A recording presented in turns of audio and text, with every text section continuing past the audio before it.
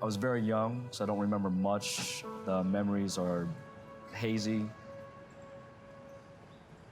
I was young and really didn't think about what was going on around me. It was very singular thought about, I'm hungry, so I need to eat. Honestly, I'll tell you the truth, probably 10, 15, 20 years after the war, he probably never left Vietnam mentally. In the mid-70s, a conflict on the other side of the world would displace thousands of families and end up reshaping the cultural landscape of South Louisiana, establishing deep-rooted communities. We all have the same issues. We all have the same pain. We all have the same struggles. Everybody knows everybody. Like, you know, when you need something, they're always there for you. Those communities often overshadowed by Louisiana's larger cultural influences. Vietnamese came over from Vietnam in 1975, and some still don't understand the Vietnamese cultures and traditions still. But we've been here for 40 plus years. I feel like we've been in the shadows maybe.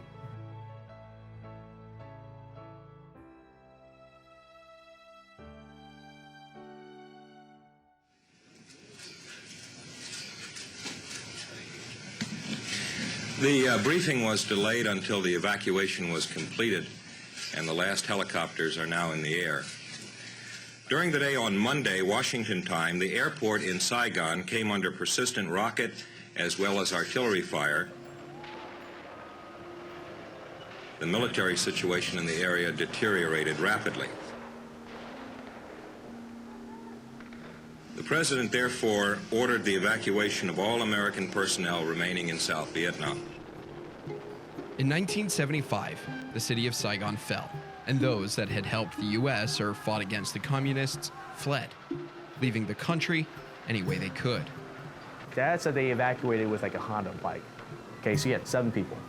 So you're ferrying one person at a time back and forth from Saigon to the boats. Refugees hoping to escape the horrors of the Vietnam War and a chance at a new life. And my dad was helping the refugees, and his boat sank. Only him and another person survived. I was on my father's back coming over to America. I was so excited thinking that I am on a vacation. Many of them not realizing that they were leaving their home for good.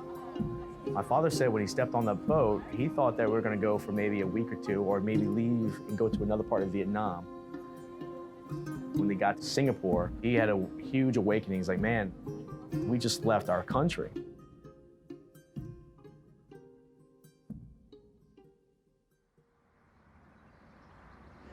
Cali, xong tới Baton Rouge, xong tới đây 75, 77 à?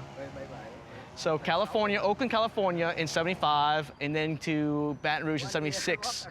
Mới tới đâu biết rồi. Vietnamese cơm, I don't know. He just followed the flow, he said. That's why he just followed the flow, he didn't know. Political issues in other countries across South Asia meant that those who fled would end up all over the United States. Singapore government didn't want refugees.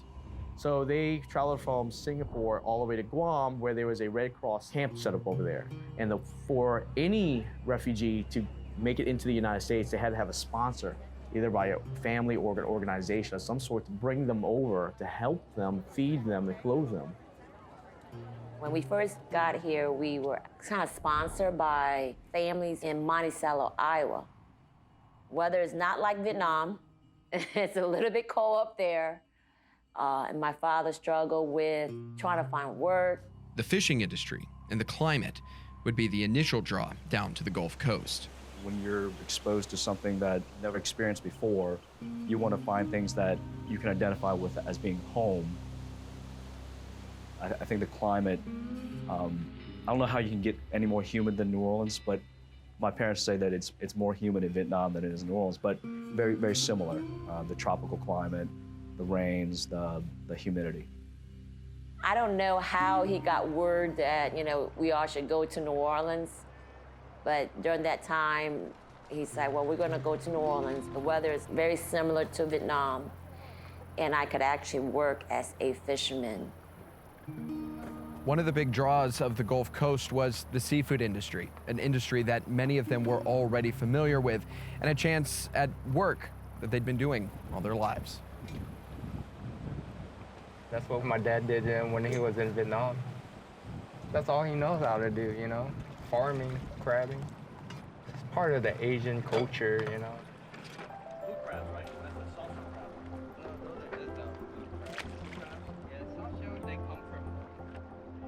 Back home in Vietnam, we do farming and also we do fishing.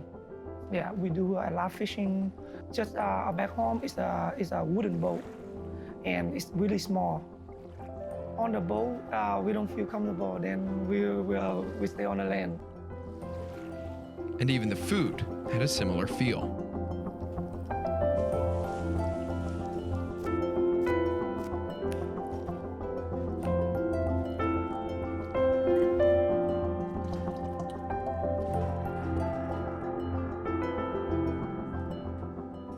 Louisiana is large seafood, similar to where we live in Vietnam. Just the season is just different.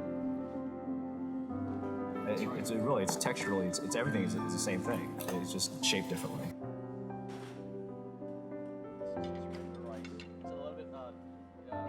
And then the draw became something deeper than simply weather and economic opportunity.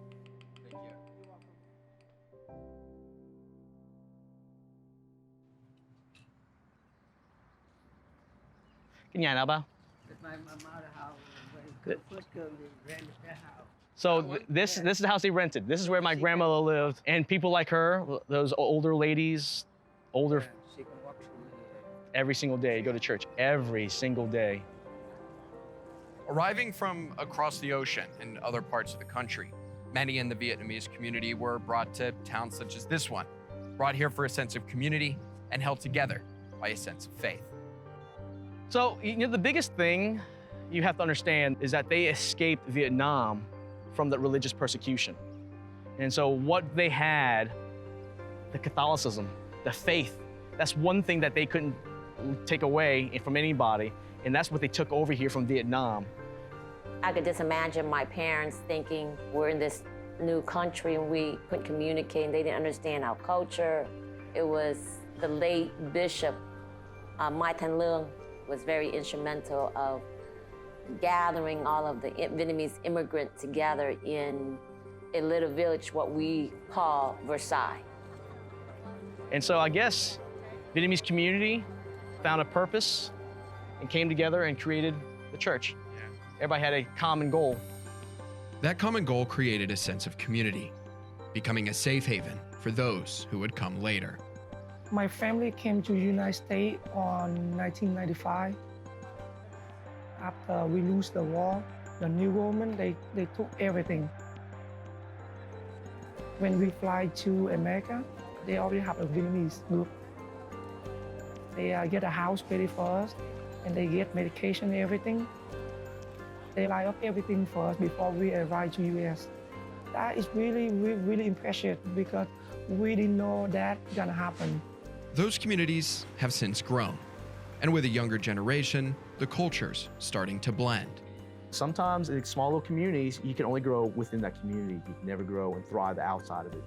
And what happens though is that the young professionals, although they still have connections to their communities, they don't live in the communities anymore. You're starting to see that move away, but you still have some that still come back. Even so, those communities are still an important piece of Louisiana's landscape. A testament to the refugees and the children of those refugees working to help others grow and lead.